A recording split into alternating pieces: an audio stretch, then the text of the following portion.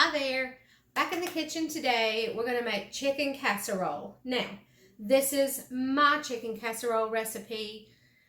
Chicken casserole can be done as many ways as there are people. Everybody adds their own little touch or their own little preference or what they like or what they don't like. This is just my go-to recipe for chicken casserole. So what I've done is I cooked 5 boneless, skinless chicken breasts in the crock pot. Put them in this morning before I left for a meeting for the day, and those cooked and they are ready to use. And then we need 2 cans, 10.5-ounce cans of cream of chicken soup, 2 cans cream of mushroom soup. This is 8 ounces of French onion dip. I have also used green onion dip. I need 2 sleeves of Ritz crackers and about 4 tablespoons of melted butter. Now, what I do to start with, of course, these are really hot, so I'm not sure I will be able to just put them in the pan and squeeze them apart. So I'm just going to give them a rough dice right here. And just get them, they'll chop up really quick because these are really hot. They just came straight out of the crock pot and they're really, really tender. So this is really falling apart. So that's really all you have to do. Okay, so this is just how I do mine. Everybody does them different. So just for good measure, I'm going to spray my casserole dish. This is a 9x13 casserole dish. Spray it with cooking spray. And then I just rough chop. You can shred, you can, however you want to do your chicken, however you like it. I just put that right in the bottom of that pan. Let me get the rest of it. I've got a little bit more here.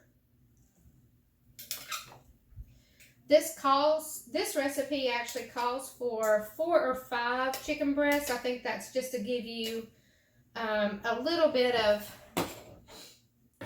you know, if they're really large chicken breasts, which sometimes you can buy them and you got to wonder about the size of the chicken they came from, then you would probably just use 4. But if they're just average size chicken breasts, which these were, you're going to use 5.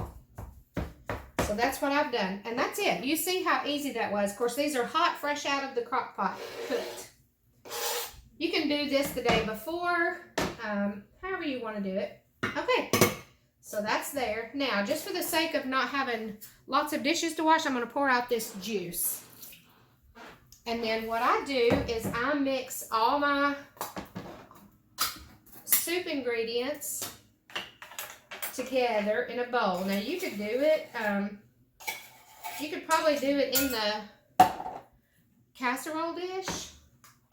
I've just done this for years, and this just seems to be what I like to do. So I use 2 cans cream of chicken. Use low sodium if you need low sodium. It's your choice, whatever you like to do. Cream of mushroom.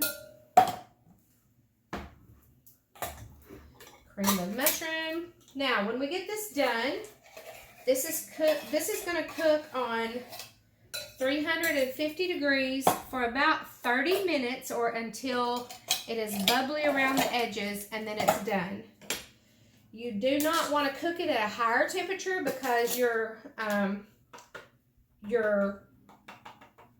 dip, which kind of is like sour cream or flavored sour cream, is really what that's like. It will curdle if you cook it at a higher temperature. And really, I mean, if you'll look at this, everything going into this casserole is already cooked or can be eaten as it is. Your chicken's already cooked. Your soups, honestly, could be eaten out of a can with a spoon. You don't want to do that, but they could be. So I just mix this up really, really well. And then we're going to pour this on top of the chicken and mix it up with the chicken. Now, some people just pour it on top of the chicken and just leave it, but it's just how I've always done it. You know, you got to stick with what you know works, and this works for me. So I pour this on top. I don't make chicken casserole here a lot since it is most of the time just myself and Mr. P, but we'll eat out of this a few days, and that's okay because I have a busy work week and lots of things going on, so the less I have to be in this kitchen cooking, the better. So I'm going to cook this casserole tonight, and this will carry us over for a few days. So you're just going to want to make sure this is pretty even. That's just a good mix of your chicken and soups. That's as hard as it gets, okay?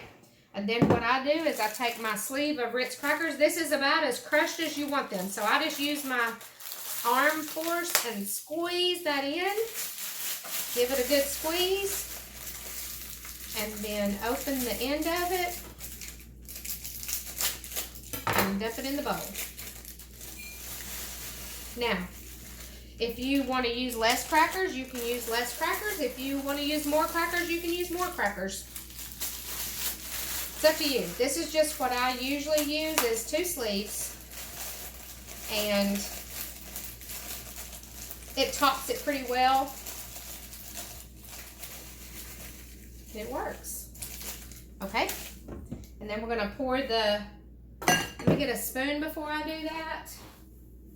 Okay, so you're going to pour the, this is crazy. You're going to pour the melted butter over the buttery Ritz crackers. I know. What do you do? So you're going to pour that in and then toss it kind of quickly. And you'd be surprised how much that little bit of butter will coat all these crackers. Now, you can use more butter if you'd like to, but you really don't need it. So I use half a stick of melted butter, 2 sleeves of crackers. This is going to go over the top of this. Use my hand. Just spread that out. And that's it. There we go. 350 degrees, 30 minutes. You'll see it bubbling around the edge and your casserole is done. Make a chicken casserole this weekend. You'll love it. Have a good night. Okay, so supper is ready. Here's our chicken casserole. This was in the 350 degree oven for 30 minutes. And you can see around the edge, can you see that? Where it's bubbled up a little bit? That means it is done. So, I'm going to dip this out and show you. So for supper, I fixed chicken casserole. I always hate that first scoop of casserole. I fixed chicken casserole. I did green beans. I did butter broiled potatoes. Now, all that is, I'm going to show you. It's these. And I really could have gotten them a little browner than what I did, but I'm hungry, so I got them out. And then I did my anytime rolls. The butter broiled potatoes, that is just, I took a potato and peeled it, cut it in round disc or medallions is sometimes what they're called. Probably about that thick and about that big around. I boiled those until fork tender, drained off all the water.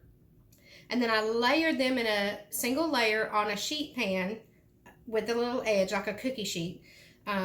Dotted that with butter, salt, pepper, whatever seasoning you like. I used actually a little bit of barbecue seasoning, like a dry barbecue, and then put those under the broiler and brown them. Now you can get them a lot more brown than this, but like I said, I was ready to eat and did not want to wait any longer. So here we have Angie's chicken casserole, and then we have supper.